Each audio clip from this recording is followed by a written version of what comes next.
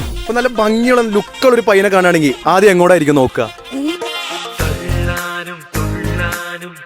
നോക്കിയില്ലേ? അല്ല നോക്കും കണ്ണിലോട്ട് ഒരു കയ്യബദ്ധം നാറ്റുകരുത്. ഞാൻ താഴേക്ക് മീൻസ് ഷൂസും ഇട്ടേക്കണ കോസ്റ്റ്യൂം അതൊക്കെ. ഞാന് മുഴുവനായിട്ട് നോക്കും.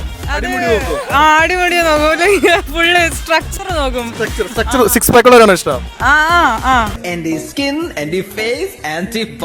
ഞാനാണെങ്കിൽ കൊറിയൻ ലുക്കുള്ള ബോയ്സിനായിരിക്കും ഞാൻ കൊറിയൻ ലുക്കുള്ള ബോയ്സിന് ഇഷ്ടം.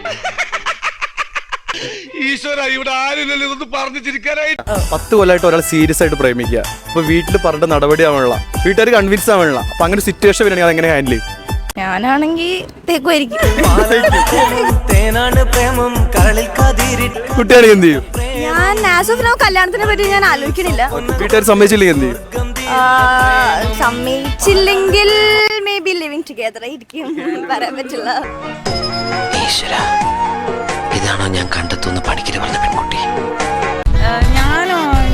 കല്യാണം ഇല്ല, റിലേഷനിലേ ആവില്ല. അത് ഹറാമാണ്. ഫ്യൂച്ചറിൽ ഒരു കല്യാണം ഉണ്ടാവില്ല. അതുണ്ടാവും, പക്ഷെ എന്റെ ഉമ്മയും ഉപ്പയും ചൂസ് ചെയ്ത ഒരാളെ കെട്ടും. അത് എന്നെ വളർത്തിയെന്ന് വെച്ചാൽ ഭയങ്കര ഒരു അതപ്പുള്ള ഒരു മോളായിട്ടാ. അപ്പൊ അതുപോലെ ഞാൻ നിക്കുള്ളൂ. ഇതിന്റെ സ്വപ്നങ്ങളിലെ രാജകുമാരി ഫാത്തിമ. കുട്ടിയുടെ ലൈഫിലാണെങ്കിൽ എങ്ങനെയായിരിക്കും? ഞാനാണെങ്കിൽ വെയിറ്റ് ചെയ്യും.